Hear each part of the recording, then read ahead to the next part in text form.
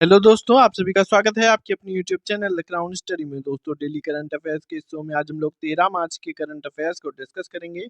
तो चलिए शुरू करते हैं अपने पहले क्वेश्चन से। हमारा पहला प्रश्न है, हाल ही में अंतर्राष्ट्रीय महिला न्यायाधीश दिवस कब मनाया गया है? तो अंतर्राष्ट्रीय महिला न्यायाधीश दिवस ये प्रत्येक वर्ष 10 मार्च को मनाया जाता है। यह दिन दुनिया भर में महिला न्यायाधीशों के योगदान को पहचानने और समानता और लोकतंत्र प्राप्त करने के लिए निर्णय लेने में महिलाओं की भागीदारी को बढ़ावा देने को समर्पित दिवस है। इसे मनाने की शुरुआत कब से की गई? तो 2022 से की गई है। अभी हाल ही में 8 मार्च को अंतर्राष्ट्रीय महिला दिवस भी मनाया गया था और CISF का स्थापना दिवस 10 मार्च को मनाया गया है और अंतर्राष्ट्रीय महिला न्यायाधीश दिवस भी 10 मार्च को ही मनाया गया है। अगला प्रश्न है, केंद्र सरकार ने सिटीजनशिप अमेंडमेंट एक्ट लागू किया है। इसके तहत किस देश से आए गैर मुस्लिम शरणार्थियों को नागरिकता मिलेगी? तो केंद्र सरकार ने दोस्तों सिटीजनशिप अमेंडमेंट एक्ट लागू किया। इसके तहत पाकिस्तान, बांग्लादेश और अफगानिस्तान से आए गैर मुस्लिम शरणार्थियों को नागरिकता प्रदान की जाएगी। इसका जो राइट ऑप्शन है ऑप्शन डी है, उपरोक्त सभी।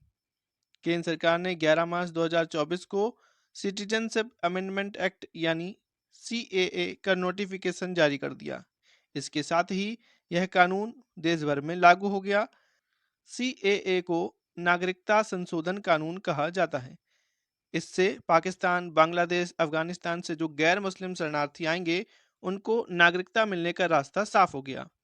भारतीय नागरिकता कानून 1955 में बदलाव के लिए 2016 में नागरिकता संशोधन विधेयक 2016 संसद में पेश किया गया था। क्या है नागरिकता संशोधन कानून 2019? तो यह लोकसभा में 10 दिसंबर 2019 को लोकसभा में पारित हुआ था। इसके अगले दिन यानी 11 दिसंबर 2019 को राज्यसभा में पारित हो गया और 12 दिसंबर 2019 को राष्ट्रपति की मंजूरी मिलने के साथ ही यह कानून बन गया था। भारतीय नागरिकता कानून में अब तक 1955 से लेकर अब तक 6 बार संशोधन हो चुके हैं। कब कब हुए हैं? तो 1986 में, 1992 में, 2003 में, 2005 में, 2015 में और 2019 में ये संशोधन किए गए हैं। पहले भारतीय नागरिकता लेने के लिए भारत में 11 साल रहना जरूरी होता था। नए संशोधित कानून में यह अवधि घटाकर 6 साल कर दी गई है।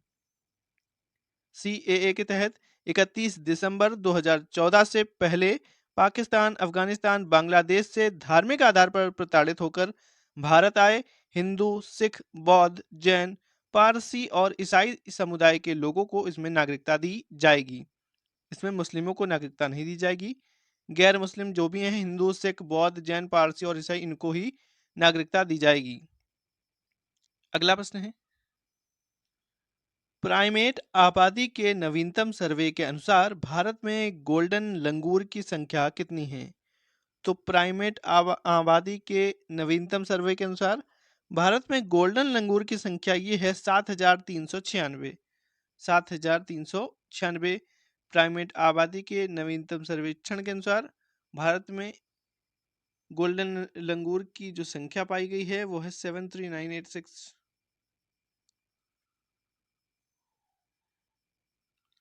गोल्डन लंगूर मानस बायोस्फीयर रिजर्व असम में जो है, असम के पश्चिमी भाग के जंगलों में पाए जाते हैं। पहले के अनुमान के मुताबिक भारत में 6,000 गोल्डन लंगूर बताए गए थे। 6,000।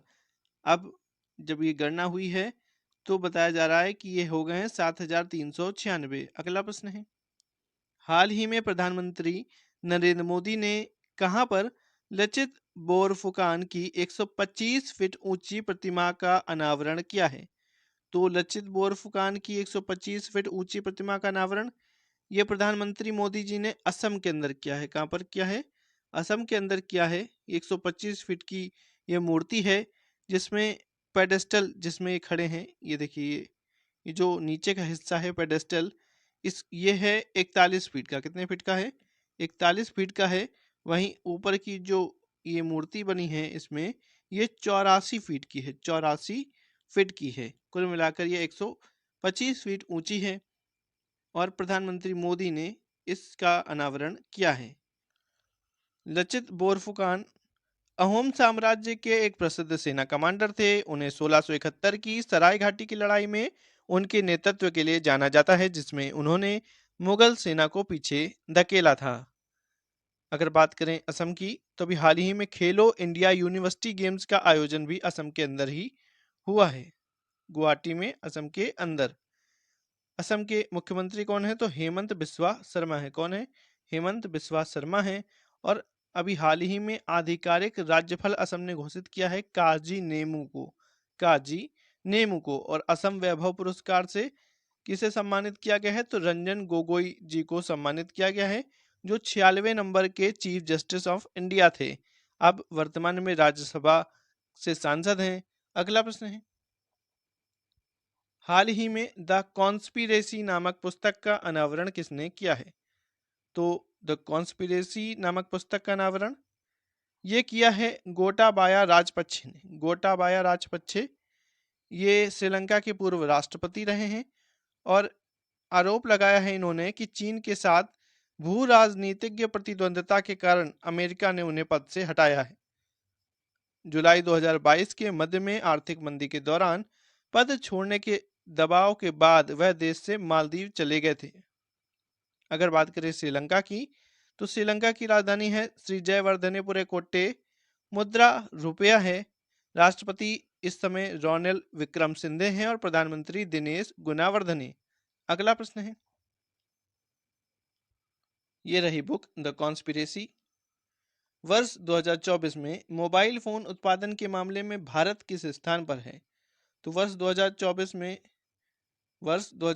में मोबाइल फोन उत्पादन के मामले में भारत दूसरे स्थान पर है। पहले स्थान पर कौन है? तो पहले स्थान पर है चाइना और दूसरे स्थान पर है भारत। भारत दुनिया का दूसरा सबसे बड़ा मोबाइल फोन उत्पादक बना है। India cellular and electronics association के अनुसार यह क्षेत्र 2014 में 78% आयात निर्भरता से 97% आत्मनिर्भरता में बदल गया है। वर्तमान में भारत में बेचे जाने वाले सभी मोबाइल फोन में आयात का योगदान केवल 3% है। भारत का मोबाइल फोन विनिर्माण क्षेत्र जो है वो लगभग 20 लाख करोड़ रुपए का है। 20 लाख करोड़ का। अगला प्रश्न है, फ्रेंच ओपन 2024 बैडमिंटन में पुरुष युगल का खिताब किसने जीता है? तो अभी हाल ही में फ्रेंच ओपन 2024 हुआ और इसमें पुरुष युगल का खिताब जीता है सात्विक साईराज और चिराग शेट्टी ने। सात्विक साईराज और चिराग शेट्टी ने किसको हराकर जीता है? तो ली जे हुई और यांग पो हुआन को हराकर इन्होंने ये जीता है। अगला प्रश्न है, भारतीय पैरालंपिक समिति का अध्यक्ष किसे चुना गया है? तो भारतीय पैरालंपिक समिति का अध्यक्ष ये देवेंद्र झाझरिया जी को चुना गया है। देवेंद्र झाझरिया, ये रही इनकी इमेज देवेंद्र झाझरिया की। अगला प्रश्न है, किस देश की फोन पे भुगतान सेवा और एनपीसीआई इंटरनेशनल पेमेंट्स ने एक समझौते पर हस्ताक्षर किया है? तो ये किया है नेपाल ने। किसने किया है? नेपाल ने किया है। नेपाल की फोन पे भुगतान सेवा और एनपीसीआई इंटरनेशनल पेमेंट्स ने एक समझौते पर हस्ताक्षर किया। यह समझौता भारत और नेपाल के बीच सीमा पार यूपीआई लेनदेन में, किसमें? यूपीआई लेनदेन के लिए है। फोन पे एक पेमेंट सिस्टम ऑपरेटर है दोस्तों। अगला प्रश्न है, डीआरडीओ ने अग्नि 5 मिसाइल का सफल परीक्षण किया है। इसकी रेंज क्या है? तो अभी हाल ही में डीआरडीओ ने अग्नि 5 मिसाइल का सफल परीक्षण किया। इसकी रेंज है 5000 किलोमीटर। कितनी है? 5000 किलोमीटर। डीआरडीओ के द्वारा अग्नि 5 मिसाइल का सफल परीक्षण किया गया है। अग्नि 5 multiple independently targetable re entry vehicle यानी MIRV टेक्नोलॉजी से लैस है। इसे एक साथ कई टारगेट्स के लिए लॉन्च किया जा सकता है और इसका जो निशाना है वो अचूक है। अग्नि 5 का पहला परीक्षण कब किया गया था? तो अप्रैल 2012 में किया गया था। कब किया गया था? अप्रैल 2012 में। 11 मार्च को दोस्तों इसका सफलतापूर्वक परीक्षण किया गया है और इस मिशन को दिव्यास्त्र भी कहा जा रहा है। दिव्यास्त्र, ठीक है। अग्नि 5 मिसाइल कई वॉरहेड को ले जाने और कई ठिकानों पर निशाना लगाने में सक्षम है। इसकी मारक क्षमता तो हम लोगों ने पढ़ ही ली है, 5000 किलोमीटर है। इस मिसाइल से सैकड़ों किलोमीटर दूर के लक्ष्यों को निशाना बनाया जा सकता है। अग्नि 5 की रेंज में लगभग पूरा एशिया, चीन के अंतिम उत्तरी क्षेत्र और यूरोप के भी कुछ हिस्सा रहेंगे। यानी अब चीन भी हम लोगों से ज़्यादा उछल नहीं पाएगा।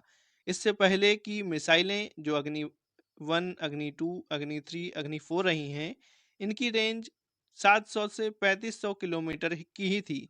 इसकी है 5000 किलोमीटर। इसमें ऐसे सेंसर लगे हैं जिससे वो अपने लक्ष्य तक बिना किसी गलती के पहुंच जाते हैं। अग्नि 5 में परमाणु हथियार को भी ले जाया जा सकता है। अग्नि मिसाइलें भारत के पास साल 1990 से हैं। कब से हैं? 1990 से हैं। वक्त के साथ इसके और ज़्यादा आधुनिक रूप आते रहे हैं। दोस्तों, अगर वीडियो अच्छा लगा हो तो वीडियो को लाइक करें, शेयर करें, चैनल को सब्सक्राइब करके बेल आइकन दबा दें। Thank you.